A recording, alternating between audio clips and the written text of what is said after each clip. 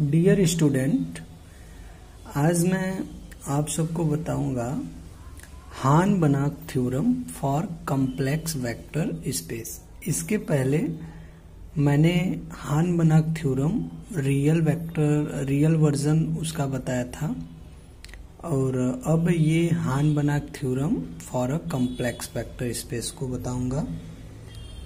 तो इस हान-बनाक थ्योरम जो कि कॉम्प्लेक्स वेक्टर स्पेस के लिए, इसको बनाने के लिए इसमें बहुत समय लगा था, क्योंकि इसके डेरिवेशन करते समय एक ट्रिक की आवश्यकता थी। तो उस ट्रिक को खोजने में यहाँ बहुत समय लगा था, करीब 10-15 साल इसमें लगा था, तब जाकर हान-बनाक थ्योरम के complex vector space complex version का प्रूफ हुआ था।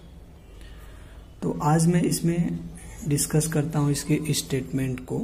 यहाँ पर है कि let X be a complex vector space. X क्या है? कोई भी कॉम्प्लेक्स वेक्टर स्पेस है and P a semi norm on X. और पी क्या है? इसका सेमी नॉर्म है ऑन एक्स पर। Suppose F be a linear complex valued functional है। एफ कोई भी लीनियर कॉम्प्लेक्स वैल्यूड फंक्शनल है तो which is defined on a subspace M of X, जो कि subspace M of X को डिफाइंड करता है और सेटिस्फाइड करता है mod of F X less or equal है पी एक्स के for all X belongings to M के लिए। तो जो Hahn Banach theorem for complex vector space है, इसका जो स्टेटमेंट है, कह रहा है कि statement of Hahn Banach theorem of C या of complex valued complex vector space is similar to statement of Hahn Banach real version. जो हमने हान-बनाक थ्योरम का स्टेटमेंट देखा था रियल वर्जन के लिए, उसी से सिमिलर इसका भी स्टेटमेंट होता है, बट यहाँ पर थोड़ा सा डिफरेंट होता है। तो हमारा स्टेटमेंट कहता है कि let X be a complex vector space. तो यहाँ से आप देखेंगे कि यक्स कोई भी कॉम्प्लेक्स वेक्टर स्पेस है। यहाँ कॉम्प्लेक्स वेक्टर स्पेस कहने का मतलब ये है कि here our field is complex. मैंने जो यहाँ पर वेक्टर स्पेस है उस पर जो फील्ड लिया है वो क्या है? कॉम्प्लेक्स है। फिर स्टेटमेंट में है कि let X be a complex vector space. Complex vector space कहने का मतलब कि यहाँ मेरा जो फील्ड है वो कैसा है? कॉम्प्लेक्स है।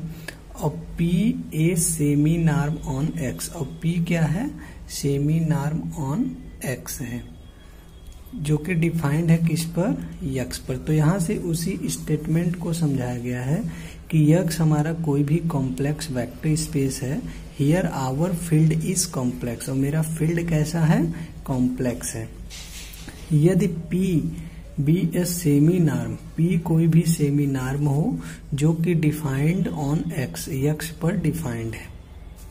सपोज यफ, जो स्मॉल एफ है यहाँ पर, suppose small F linear complex valued function है, डिफाइंड करता है subspace M of x पर। और अगर यही subspace M of X satisfied कर दे mod of F X less or equals to P X के for all X belongings to M के लिए। जो हम रियल वर्जन में पढ़े थे, रियल वर्जन के लिए जो ये कंडीशन था वो F X less or equal P X के लिए डिफाइंड किया गया था। F X less or equal. तो जब हान-बनाक थ्योरम का जो स्टेटमेंट जब आप पढ़ रहे थे, तो उसके स्टेटमेंट में जो रियल वर्जन था उसमें कह रहा था कि कोई भी मेरा लीनियर फंक्शनल था वो डिफाइंड था सब स्पेस यम ऑफ एक्स पर, और वो सेटिस्फाइड कर रहा था इस कंडीशन को, F X less or equal P X को। बट यहाँ पर मेरा जो फील्ड है वो कॉम्प्लेक्स है, तो कॉम्प्लेक्स फील्ड के लिए हम इसके न्यूमेरिकल्स वैल्यू को लेंगे, इसलिए यहाँ पर मॉड ऑफ एफ एक्स लगाएंगे जो कि लेस आर इक्वल होगा पी एक्स के, because here field are complex, here field are complex. ठीक है, तो यहाँ पर जो मेरा फील्ड है वो क्या है, कॉम्प्लेक्स है। तो इसके कंक्लूजन में यही है कि अगर हम कोई भी फंक्शनल एफ ले रहे हैं जो कि सब स्पेस यम टू सी पर डिफाइंड है, और यहाँ पर F X less or equal P X is not right, यहाँ पर इस टाइप से नहीं लिखा जाता, F X less or equal P X नहीं लिखेंगे, क्योंकि complex number is not ordering, complex number ordering नहीं होता, then we take its numerical value, इसलिए इसका हम न्यूमेरिकल वैल्यू लेंगे, और न्यूमेरिकल वैल्यू लेने का मतलब इस फंक्शन एफ एक्स पर मॉड लगा देते हैं।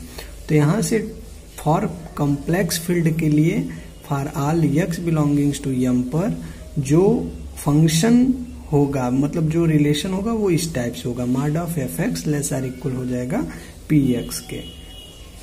अब यफ मेरा होता क्या है, F has a linear extension of F closure, here जो एफ है वह लीनियर एक्सटेंशन होता है यफ क्लोजर का, जब यफ क्लोजर सच दैट ऐसा है कि X tendings to complex number C, ऐसा हो जाए, इस हिसाब से डिफाइंड हो जाए, जो यफ बार है, मतलब यफ है जो लीनियर एक्सटेंशन है यफ बार का, अगर यफ बार का लीनियर एक्सटेंशन है तो यफ बार एक फंक्शन डिफाइन करेगा जो कि यक्स से सी में होगा, और वो सेटिस्फाइड करेगा कि F bar by M equal हो जाएगा एफ के, और साथ ही साथ mod of F bar X already less or equal हो जाएगा पी एक्स के, for all X belongings to capital X के लिए। अभी हम जब ले के चले थे तो जो फंक्शन एफ के लिए डिफाइंड था वो for all X equal to M subspace पर डिफाइंड था, बट जब हम एफ का लीनियर एक्सटेंशन एफ बार लिए तो उस पर जो कंडीशन मतलब फंक्शन डिफाइन किए वो फंक्शन इन दोनों कंडीशन को सेटिस्फाइड करता है, और वो function for all X belongings to X के लिए अर्थात पूरे स्पेस के लिए सही हो जाएगा। तो here F bar is extension of F, जहां यहाँ पर जो एफ बार है वो एक्सटेंशन ऑफ एफ है। तो इस प्रकार Hahn Banach theorem for complex vector space यही कहता है कि let X be a complex vector space, यस कोई भी एक्स कॉम्प्लेक्स वेक्टर स्पेस होगा जो कि बताया, और पी कोई भी सेमी नॉर्म है ऑन एक्स का, अगर एफ लीनियर कॉम्प्लेक्स फंक्शनल हो और वह डिफाइन करता है subspace M of X और सेटिस्फाइड कर दे mod of F X less or equal to P X for all X belongings to M के लिए, तब वहां से F has a linear extension of F closure, F के पास एक लीनियर एक्सटेंशन एफ बार मिलेगा फ्रॉम एम टू एक्स के लिए, जो कि अगर दैट इज ऐसा होगा कि F bar such that X tendings to C with इस कंडीशन के साथ कि F bar upon M equal हो जाएगा एफ के, और सेटिस्फाइड करेगा mod of F bar X less or equal हो जाएगा पी एक्स के for all X belongings to capital X के लिए, अर्थात फॉर ऑल स्पेस, उसके प्रत्येक स्पेस के लिए ये चीज सेटिस्फाइड कर देगा। तो यही मेरा Hahn Banach theorem for complex vector space का स्टेटमेंट है।